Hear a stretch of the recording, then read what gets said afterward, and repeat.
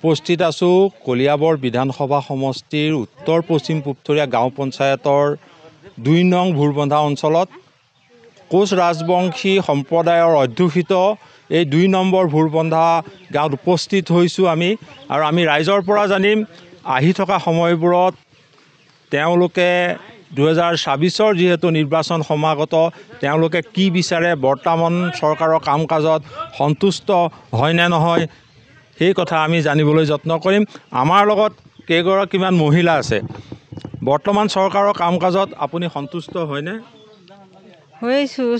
সন্তুষ্ট আমাৰ বানপানী আহিলে যে অসুবিধা হয় গাঁৱৰ মানুহবিলাকে নাও দি যাব লাগে নাও দি আহিব লাগে আমাৰ ৰাস্তাটো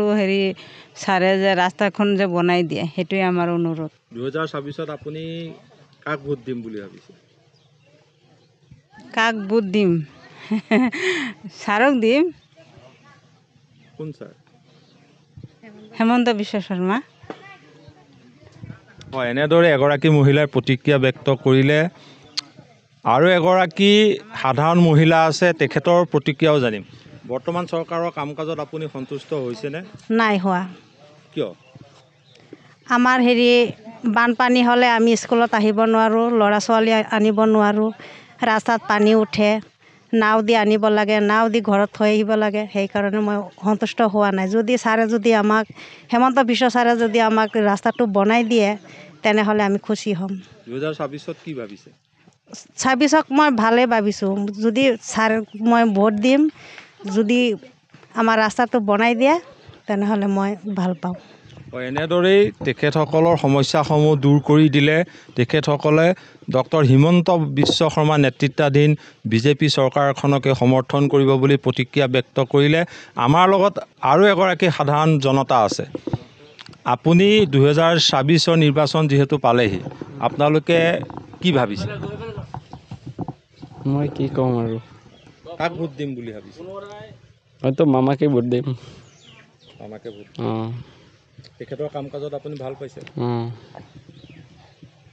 হয় এনেদৰে জনালে যে আহি থকা সময়বোৰত তেখেতসকলে ডক্টৰ হিমন্ত বিশ্ব শৰ্মা ডাঙৰীয়াকে সমৰ্থন জনাব আমাৰ লগত আৰু এগৰাকী সাধাৰণ লোক আছে তেওঁৰ পৰা জানিম দাদা 2026ৰ নিৰ্বাচন সমাগত আপোনালোকে কি চিন্তা কৰিছে বা আপোনাৰ অঞ্চলৰ ৰাইজে কি চিন্তা কৰিছে আমাৰ গাঁৱৰ ৰাইজে ভাবি চিন্তি পেলাই পুনৰাই আপোনাৰ বিজেপি চৰকাৰে গঠন কৰিব আৰু হেমন্ত মামাকে আমাৰ অসমৰ একদম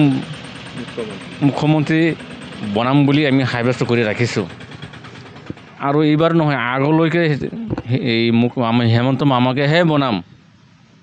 মুখ্যমন্ত্ৰী এইবাৰতো বনাম তাৰপিছতো আমি ভাবি ৰাখিছোঁ এনেদৰেই ডক্টৰ হিমন্ত বিশ্ব শৰ্মাক পুনৰবাৰ মুখ্যমন্ত্ৰী পদত অধিষ্ঠিত কৰাৰ কাৰণে উত্তৰ পূবথৰীয়া গাঁও পঞ্চায়তৰ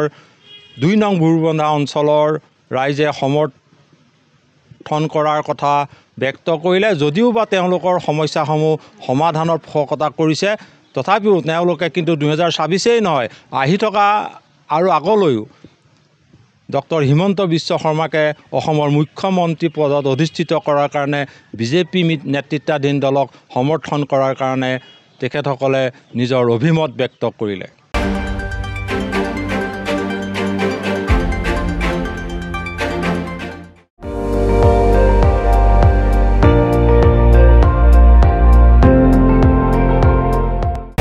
আপুনি চাই আছে ND24 সৰ্বশ্ৰেষ্ঠ নহয় সৰ্বোত্তমৰ দৌৰ